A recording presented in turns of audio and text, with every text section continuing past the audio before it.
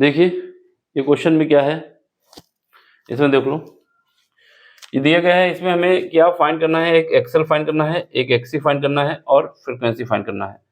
Frequency जब find करना है जब ये अनुनाद या रेजोनेंस की कंडीशन आती है, ठीक है, और जेड कब फाइंड करना है जब हमारे पास अनुनाद की स्थिति आती है। तो ये सब चीजें फाइंड करनी है और ये डायग्राम दिया गया है। क्वेश्चन हमारा 9 है, पेपर का कोड है 346 BX 2023 है। कैसे फाइंड करते हैं, देखो सबसे पहले हमें एक्सेल निकालना है। तो एक्सेल क्या होता है, एक्सेल जो होता है वो होता है हमारे पास ओमेगा एल, ठीक है। यहाँ पर जो पेपर में है ओमेगा एल दिया हुआ है, सॉरी एक्सी लिख गया, एक्सेल है ये। यहाँ पर ये क्या है, ये हमारा एल है और ये क्या है, ये हमारे पास सी है और ये हमारा रेजिस्टेंस है जो कि आर है। ये किलो में दिया हुआ है तो इसको हम 5000 ओम भी कह सकते हैं। क्या कह सकते हैं, या इसको हम 1000 ओम कह सकते हैं, क्योंकि 1 किलो ओम है तो ये 1000 ओम हो जाएगा, ठीक है। ये सब कुछ दिया हुआ है, ये इक्वेशन दी गई है। अब हमारे पास जो इक्वेशन दी गई है V इक्वल टू क्या है, 10 साइन 100t। इसकी तुलना करोगे, किससे तुलना करोगे, मानक समीकरण से। मानक समीकरण क्या है हमारे पास, अगर मानक समीकरण हमको V इक्वल टू लिखते हैं V नॉट और साइन ओमेगा टी से ही कर देते हैं, ठीक है। तो यहाँ से हमारे पास V नॉट कितना आ जाएगा, V नॉट आ जाएगा 10 वोल्ट, जो कि हमें निकालना नहीं था लेकिन कंपेयर करने में दिखाना होगा। तुलना करता हूँ मैं, तुलना, ठीक है। अब इसके बाद क्या है, इसके बाद क्या है हमारे पास ओमेगा। ओमेगा क्या है, ये है 100, ये हमारे पास ओमेगा आ गया, ठीक है। अब हमें वैल्यू निकालनी है, तो पहली वैल्यू निकाल देते हैं एक्सेल। यहाँ पर एल कितना है, ये दिया हुआ है, XL is equal to omega. Omega कितना है, ओमेगा हमारे पास 100 है। एक्सेल कितना है 20, जो एल है वो कितना है 20 है, मिली हेनरी में है तो 20 × 10⁻³ हेनरी, सॉरी ओम, ये क्या हो जाएगा, ओम हो जाएगा। तो यहाँ से एक्सेल इज इक्वल टू कितना आ जाएगा, देखो यहाँ से जब करोगे 3 से 3 पावर कट जाएगा, 2 ओम का आ जाएगा। जो एक्सेल आया कितने, 2 ओम का आया, 2 ओम का। कैसे आया, देखो यहाँ पर हमारे पास फार्मूला क्या था, omega L.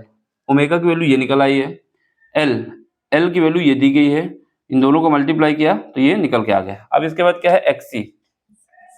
XC is equal to क्या है, एक्सी इज इक्वल टू है हमारे पास 1/ω_c, ठीक है, 1/ω_c।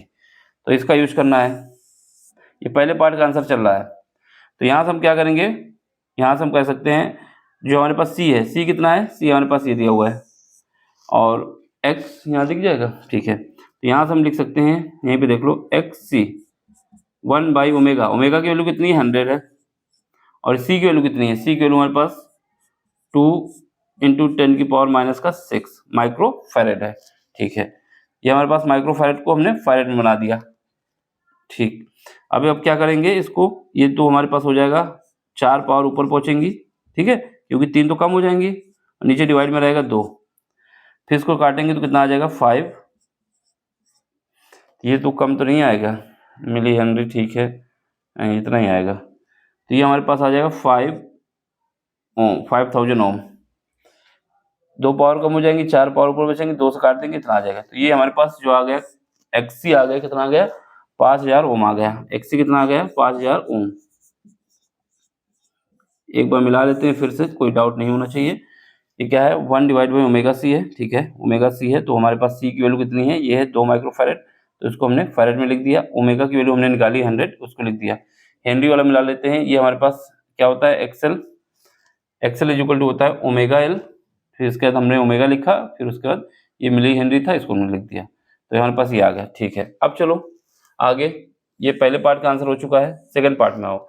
सेकंड पार्ट में क्या है, अगर अनुनाद की स्थिति आती है, किसकी आती है, अनुनाद की स्थिति। सेकंड पार्ट में अनुनाद की स्थिति अगर आती है, अनुनाद की स्थिति में अगर अनुनाद की स्थिति आती है तो ये क्या होता है, एक्सेल और एक्सी बराबर होता है, एक्सेल बराबर एक्सी होता है, ठीक है। अगर ये स्थिति कहीं भी पैदा हो जाती है तो इसकी वैल्यू क्या है, ओमेगा एल है, और इसकी वैल्यू क्या है, 1/ω_c है। तो यहाँ से हम omega square is equal to क्या लिख सकते हैं, 1/LC। तो यहाँ से ओमेगा लिखना है, अगर ओमेगा को हम रिप्लेस कर देंगे 2πf से, इसका स्क्वायर कर देंगे तो कितना आ जाएगा, ये आ जाएगा हमारे पास LC। अब यहाँ से f की वैल्यू निकालना है, तो ये हमारे पास आ जाएगा 1/2π और डिवाइड में क्या आ जाएगा, अंडर रूट के अंदर LC। ये बात समझ में आ गई? तो ये फार्मूला भी हम लोग याद कर लेते हैं और थोड़ा निकालने का कॉन्सेप्ट भी सीख लिए कि कैसे निकालने हैं। अब इसके बाद क्या है, इसके बाद हमारे पास ये जब निकल आया तो वैल्यू पुट करना है। तो F इक्वल टू फ्रिक्वेंसी हमें निकालनी है 1 divide by 2 pi, 1 divide by ये 2 हो जाएगा और पाई की वैल्यू हो जाएगी 22/7 और यहाँ पर आ जाओगे तो अंडर रूट के अंदर आ जाएगा। ये क्या है, L कितना है, L हमारा 20 मिली हेनरी है, 10 की पावर माइनस का 3 आ जाएगा। और इसके बाद जो ये है C, ये कितना है 2 माइक्रोफैरेड है, 2 इंटू 10 की पावर माइनस का 6 आ जाएगा। ठीक है, जब इसको सॉल्व करेंगे तो यहाँ से 9 होगा, एक पावर कम हो जाएगा, 8 बचेगा, 2 पावर ऊपर चले जाएंगे। F इक्वल टू कितना आ जाएगा, F इक्वल टू हमारे पास आ जाएगा 9, 8 बचे, 4 पावर ऊपर चले जाएंगे। ठीक है, नीचे कितना बचेगा, यहाँ से 2 निकल आएगा और ये 2 तो पहले ही से था, 2 हो जाएगा और ये 7 हमारा ऊपर चला जाएगा और ये हमारा 22 कितना हो जाएगा, 22 हो जाएगा। ठीक है, अब चलो अब इसको सॉल्व करना है। जब इसको सॉल्व करेंगे तो यहाँ से हमारे पास कितना आएगा, देखो यहाँ से 2 हमने निकाला बाहर, ये पावर 9 हो गई, एक पावर इससे कम हो जाएगी तो जो 8 हो गई पावर 8 रूट के बाहर आई, माइनस को ऊपर पहुँचा दिया तो ये हो गई। ठीक है, अब यहाँ पर हमारे पास 100 इंटू 700 कर दो। ठीक है, फिर इसके बाद 4 इंटू 22 कर दो, तो इसको काटोगे तो 25 बचेगा। ठीक है, 25 चौको 100 होता है। इससे अगर काटना चाहते हो तो ये बचेगा 350, फिर इसके बाद 25 का मल्टीप्लाई कर दो तो यहाँ से F इक्वल टू आ जाएगा 25 25 पंचे 125, 25 3 75, 75 और 12 87। फिर डिवाइड किससे करोगे, 11 से करोगे। अब इसका यहाँ साइड में कर लेते हैं 11 750। ठीक है, इसको ऐसे जब डिवाइड करेंगे, यहाँ पे दिख रहा है, नहीं दिख रहा, इधर साइड में कर लेते हैं रफ वर्क देख लो जरा यहाँ पर, जिससे समझ में आ जाए। क्या करना है, 11 से काटना है, तो 11 से काटेंगे तो पहले 11 8 88 होता है लेकिन एक कम है तो 11 से 77 हो जाएगा। ठीक है, फिर इसके बाद बचेगा यहाँ पर हमारे पास 10 बचेगा, फिर यहाँ पर 10 105 हो जाएगा, 105 11 99 हो जाएगा। फिर उसके बाद यहाँ से हमारे पास बचेगा 6 6 11 5 55 हो जाएगा। फिर उसके बाद हमारे पास बचेगा 6 11 5 55, फिर हमारे पास बचेगा 11 चौको 44, फिर उसके बाद बचेगा 3, तो ये हमारे पास आ जाएगा जो फ्रिक्वेंसी आ रही हर्ट्स आ जाएगी। ठीक है, यहाँ पर F की वैल्यू हमने कितना निकाल ली, F की वैल्यू आ गई 795.43 हर्ट्स। तो एक ये आंसर आ गया।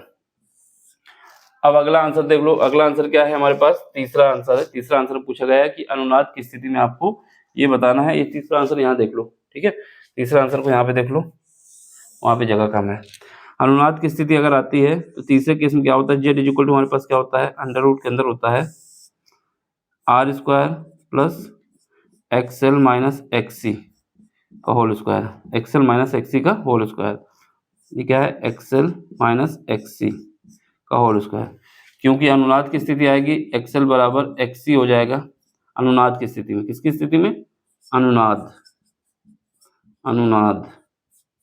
की स्थिति में। तो क्या हो जाएगा, अनुनाद की स्थिति में जब ये बराबर हो जाएगा तो ये 0 हो जाएगा, तो यहाँ से Z इक्वल टू क्या आ जाएगा, R आ जाएगा।